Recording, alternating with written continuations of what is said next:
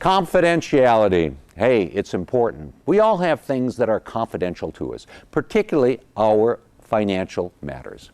We don't want, at least I don't think most of us want, the whole world to know financially where we stand, how we spend our money, what kind of deductions that we have on our tax forms. Well, today's case involves that kind of confidentiality. It's a case that was just recently decided. It's been in the courts for years. Basically what happened is the IRS subpoenaed an attorney and wanted to ask him questions regarding how he set up some offshore tax shelters. The people that he was representing said, no, can't do that. That's confidential information. It's protected under the attorney-client privilege. IRS persisted. They said, no, we have a right to subpoena him under the federal law. It went to a federal district court, and then it went up to a U.S. Circuit Court of Appeals. In the end, what happened is the court said, yes, the IRS can subpoena him. Court didn't comment on what information he had to provide. IRS said they wanted to generally get information as to how the tax shelters were set up. Well, this raises a number of issues.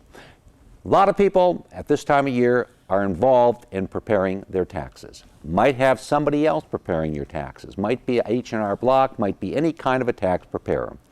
What are the obligations of a CPA or any kind of an accountant with regard to keeping your information confidential? Well, here's where there is a big difference in the law between accountants and attorneys. Information you give an attorney you have hired is absolutely sacrosanct. There might as well be placed in a bulletproof safe where nothing can get to it, because that's how important that attorney-client privilege is. With regard to accountants, however, different ballgame. No absolute responsibility to keep that information fully confidential.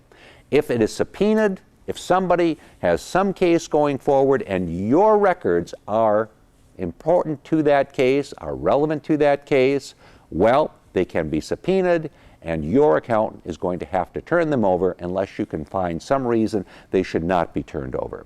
An important thing. World of difference between accountants and attorneys with regard to confidential information you give them. And one thing you should be aware too is that many accountants who prepare tax forms use third parties. They give that information to other individuals, to other companies that'll crunch some numbers, do some other things, and that information therefore becomes known to them.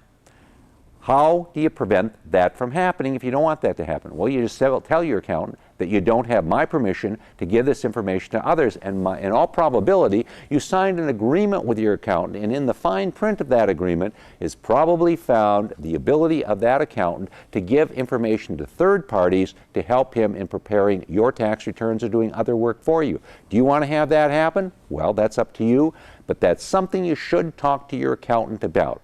The purpose of this video today is just to point out what happens in the cases and the importance between an accountant and an attorney, and the fact that information you give to an accountant is not always as confidential as the information that you're going to give to an attorney. It is not as well protected, and you need to talk to your accountant, you need to talk to your taxpayer about what's taking place in the preparation of your tax forms. Hey, we bring this to you every week, so you understand the law, understand your rights, understand how you can make the law work for you.